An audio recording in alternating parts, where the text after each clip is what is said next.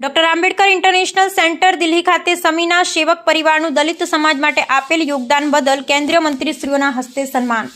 Doctor Baba Saheb આંબેડકરની વિચારધારાને વરેલા દલિત સમાજના લોકોને હર હંમેશા મદદની ખેમના રાખતા અને તાત્કાલિક અસરથી પહોંચી જઈ પોતાના ઘર પરિવારની ચિંતા કર્યા વગર સતત લોકોની વચ્ચે લોકોની પડખે ઊભા રહેવું, તેમના આ મહાન કાર્ય પાછળ તેમના ધર્મપત્ની આજીબેનનું વિશેષ સહયોગ રહેલ છે અને તેમના ધર્મપત્ની અજીબેને તેમના પતિ મોતીલાલ ખેંગારભાઈ પરમાર જેઓ સેવકના હુલામણા નામ વઢિયાર પંથક સહિત આ વિસ્તારમાં ઓળખાય છે, સમાજ વિકાસના કાર્ય માટે ખેતમજૂરી કરી પણ ઘરની આર્થિક જવાબદારી સંભાળી તેમના પતિને સતત સમાજ સેવા માટે વ્યસ્ત રાખ્યા હતા।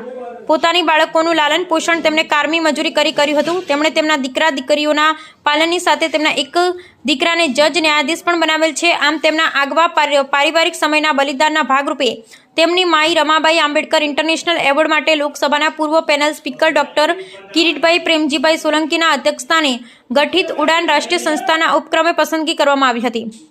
મોતીલાલ પરમારના જ્યેષ્ઠ પુત્ર ભીખાલાલ પરમાર પણ નાનપણથી પિતાની વંચિત લોકોના સહારે ઉતરીને જોખમી કામગીરીને નિહાળી પિતાને પગલે સમાજ સેવાના ક્ષેત્રમાં સતત વ્યસ્ત રહ્યા છે।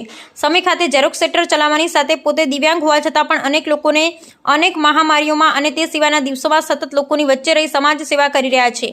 તેનાથી વિશેષ તેમણે અમદાવાદ ખાતે કાર્યક્રમમાં પધારેલ doctor Baba Saheb આંબેડકરના પ્રપૌત્ર આનંદરાજ આંબેડકરે doctor Baba Saheb આંબેડકરે સ્થાપેલ people's education society મુંબઈને સમી તાલુકા ગરીબ વંચિત સમાજના બાળકોને ઉચ્ચ શિક્ષણ મળી રહે તે માટે પોતાની ખેત જમીન દાનમાં આપી હતી। આ બધા જ કાર્યમાં તેમના ધર્મપત્ની મધુબેન પરમારે પણ પોતાના સાસુની માફક પોતાના પરિવારની સઘળી આર્થિક જવાબદારીની સ્વીકારી તેમણે તેમના પતિ ભીખાલાલ પરમારને ક્યારેય પણ સમાજ સેવાના કાર્યમાં જવા માટે રોકટોક કરી નથી, જેના કારણે સમગ્ર સમી તાલુકા ઉપરાંત પાટણ જિલ્લા વિવિધ વિસ્તારમાં દલિત વંચિતોની સેવા માટે ભીખાલાલ પરમારને વ્યસ્ત રહેવા દીધા છે।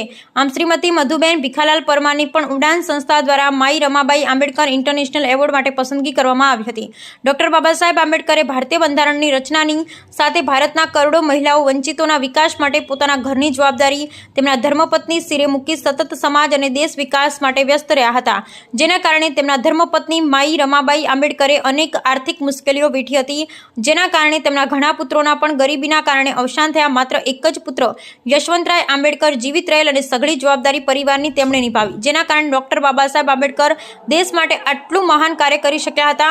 આમ માઈ રમાબાઈ આંબેડકરની જેમ યોગદાન આપનાર અનુસૂચિત જાતિ, અનુસૂચિત જનજાતિ અને અન્ય નબળા વર્ગોની મહિલાઓને માઈ રમાબાઈ આંબેડકર એવોર્ડથી ભારત સરકારના કાયદા પ્રધાન શ્રી અર્જુન રામ મેઘવાલ, સંરક્ષણ પ્રધાન શ્રી સંજયજી શેઠ, લોકસભા પેનલ સ્પીકર સંધ્યાજી રે, પૂર્વ સાંસદ અંજુ બાલાજી, બાબા સાહેબના પૌત્ર આનંદરાજ, પાર્લામેન્ટરી બોર્ડના પૂર્વ ચેરમેન ડોક્ટર કિરીટભાઈ સોલંકી સહિત મહાનુભાવોની ઉપસ્થિતિમાં સન્માનિત કરવામાં આવ્યા હતા।